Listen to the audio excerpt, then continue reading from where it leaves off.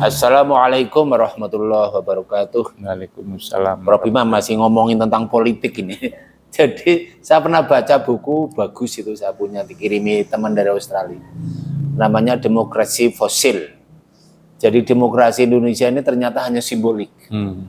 Itu sindiran terhadap demokrasi kita di Indonesia yang katanya sekarang sudah berdemokrasi. Padahal itu fosil, hanya untuk dijual, dan itu terlihat daripada perilaku elit, yaitu yang suka menebar uang supaya dia dipilih. Bahkan katanya ada salah satu capres bilang, untuk jadi bupati itu mahal loh, itu miliaran, presiden itu triliunan, itu mengerikan kan itu, biaya politiknya itu mahal sekali. Oleh karena itu kan seringkali bupati-bupati itu atau gubernur kalau udah terpilih kan terus kemudian korupsi. Karena mengembalikan modalnya itulah, ini kan bahaya sekali, Prof. Imam. Tetapi elit itu kadang-kadang tidak paham juga, karena rakyat ini udah paham kok. Siapa yang bayar belum tentu dia milih itu. Ya, pertama ya kasihan yang tidak punya duit, tetapi ya yang punya duit pun itu juga kadang-kadang nggak dipilih. Banyak yang pernah terjadi di Ponorogo kan, sampai gila itu, karena sudah habis uangnya banyak, calon bupati gila, itu terjadi. Saya kira gimana ini, Prof. Imam, menurut jenengan? Assalamualaikum warahmatullahi wabarakatuh. Waalaikumsalam. Dalam kehidupan berpolitik seperti ini, yang Mas Habib mengatakan bahwa demokrasi pun dijual. Dijual untuk dijual. Itu memang ya tidak mudah, Mas Habib, itu untuk menghilangkan sifat itu. Iya. Tapi kita semua kan harus berusaha. Nah, masyarakat itu sebetulnya kan tergantung kepada elitnya, Mas Habib. Tidak elit mengikuti masyarakat bawah yang jumlahnya banyak, tetapi masyarakat bawah yang biasanya menjadikan elit sebagai pedoman. Karena itu maka yang diuji kalau kita ingin membuat tatanan politik yang bagus adalah pemimpinnya, baik pemimpin formal maupun pemimpin informal. Pemimpin formal ya para pejabat-pejabat pemerintah itu. Pemimpin informal ya para kiai, para tokoh-tokoh semua agama lah. Ya pendeta, ya pedende, ya apa itu namanya, kiai kan itu kan. Dan seterusnya itu sesuai dengan agama-agama yang ada di Indonesia ini. Karena itu menurut saya ini adalah ujian. Karena itu maka pemimpin-pemimpin itulah kalau memang betul-betul menghendaki masyarakatnya bagus, harus super hati-hati. Masyarakat itu sebetulnya mau kok diajak kemana saja. Asal satu, Mas Habib, tidak merasa diakalin. Masyarakat itu tidak mau. Terpilih lupa. Ya, masyarakat itu mau saja ngikuti siapa saja, asalkan tidak merasa diakalin. Kalau sudah diakalin, mereka itu berbuat lebih sembrono lagi dibandingkan dengan pimpinannya itu, Mas Habib. Nah, maksud saya apa? Pemimpin-pemimpin formal maupun informal harus hati-hati. Kalau misalnya menjelang kayak gini, kiai misalnya, Mas Habib ya, atau elit agama, kok tahu-tahu lalu rumahnya baru, gitu. Mobilnya baru, gitu kan?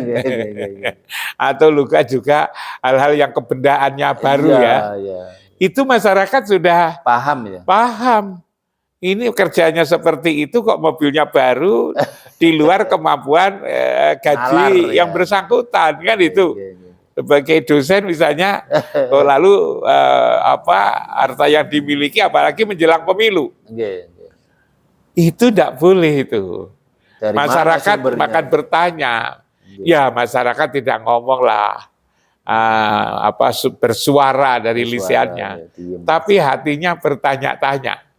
Dan kalau hatinya bertanya-tanya, lalu tentu ya dijawabnya sendiri kan itu kan. Ini kok udah masuk akal, berarti lalu kemudian aku diakalin kan itu.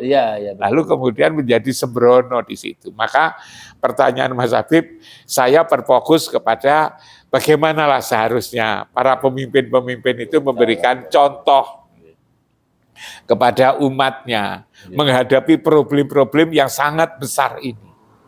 Karena itulah Mas Habib, saya selalu mengingatkan, jangan menggunakan sifat manusia dalam hidup ini. Kalau sifat manusia yang digunakan, maka lalu menjadi rusak Mas Habib. Sifat manusia itu apa? Sifat manusia yang berkali-kali saya katakan pada Mas Habib kan, hawa, nafsu, dunia, setan. Itulah sifat manusia. Mengerikan kalau mengerikan sekali. Orang seringkali menganggap bahwa setan atau iblis itu di luar sana. Padahal di dalam hati. Setan, iblis, jin itu ada pada dirinya sendiri itu. Yuwaswisu fi sudurinas minal jinnati wan nas, itu kan. Jadi yang ada di dalam hati itu, itulah yang berat. Dan kalau itu nempel di situ itu, maka ya sudah buyar semua. Setan lalu kemudian menggoda kita dari semua arah. Dari kanan, dari kiri, dari depan, dari belakang, dari atas, dari bawah.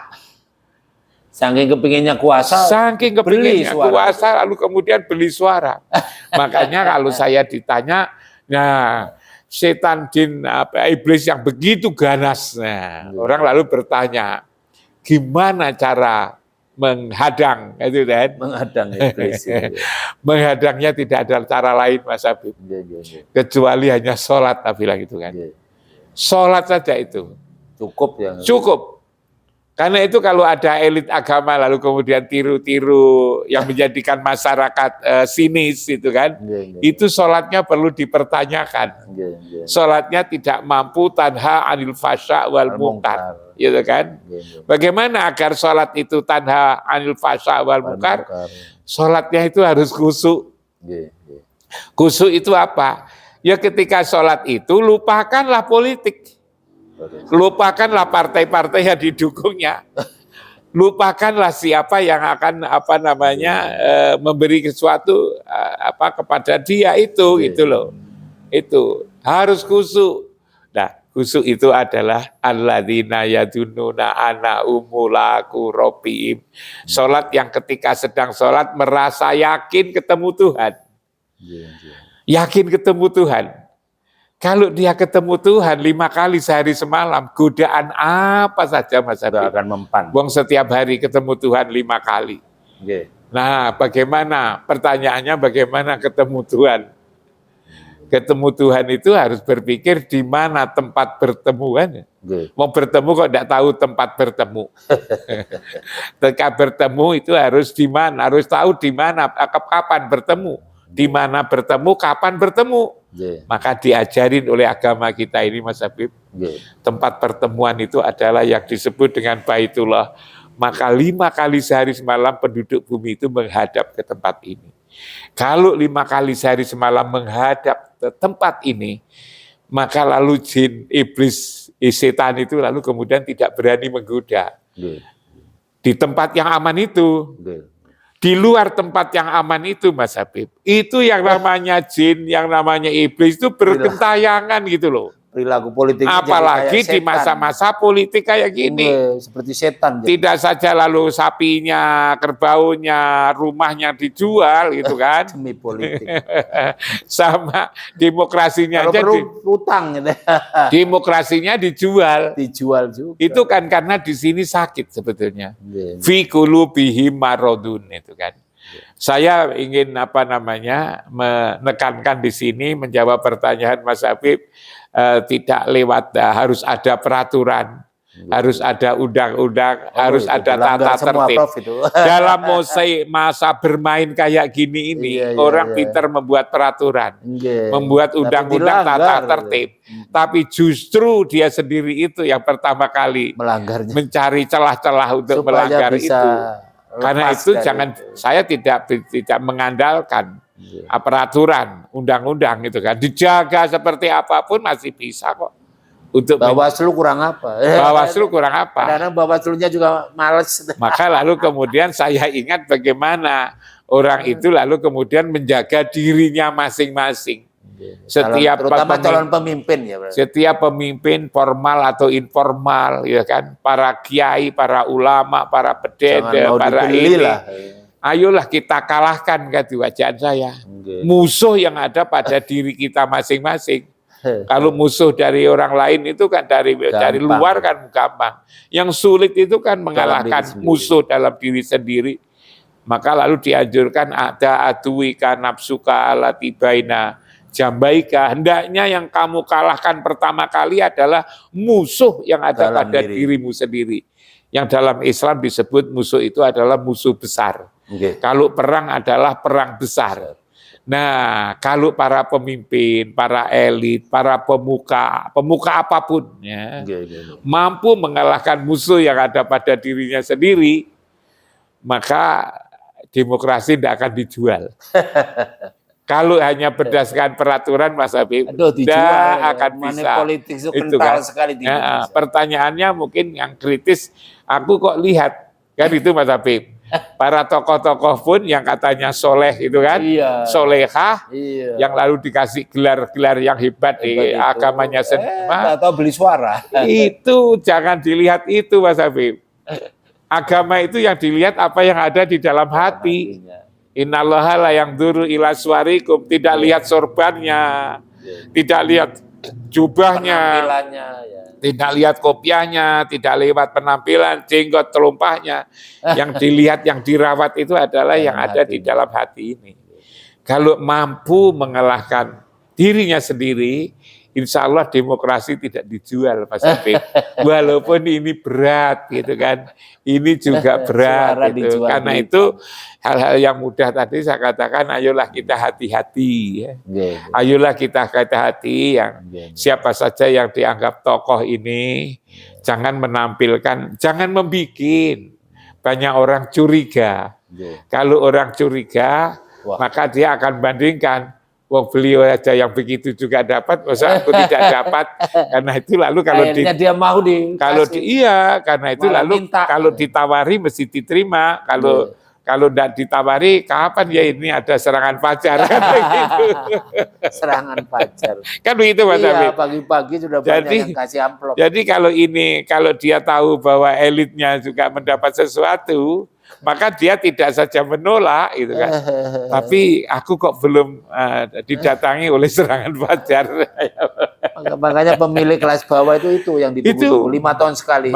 Mumpung 5 tahun sekali. Mana ini serangan fajar kok enggak ada.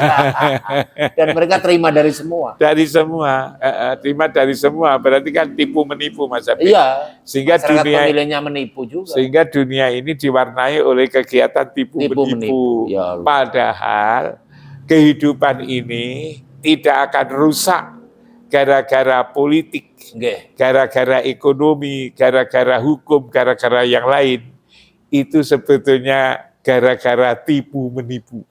Tipu menipu itu sangat membahayakan Mas Habib. Dan kalau sudah jadi lupa. Pada zamannya kaum Ad, kaum Samud itu kan, macam-macam Nabi Nuh, itu karena tipu menipu itu Mas Habib. Rusaknya masyarakat. Makanya lalu kemudian ada kan salah sahabat Nabi yang datang pada Nabi, apa yang bisa saya lakukan sebagai seorang Islam yang sederhana, tapi dengan yang sederhana itu. Maka saya menjadi selamat. Apa kata Nabi? Jangan bohong. Berarti kan jangan tipu menipu. Matur nuwun sangat Prof Imam, ini walaupun pendek tapi pesan ini mudah-mudahan tersiar kemana-mana. Mudah-mudahan penonton kita sadar, baik elit maupun pemilihnya, ini masyarakat bawah. Tapi kalau masyarakat bawah maunya yang main duit tok. Sadarlah yang menjadi elit, bahwa para elit itu dijadikan sebagai contoh, menjadi pedoman, menjadi beli suara, mengerikan itu jadinya. Baiklah, assalamualaikum warahmatullahi wabarakatuh. Waalaikumsalam.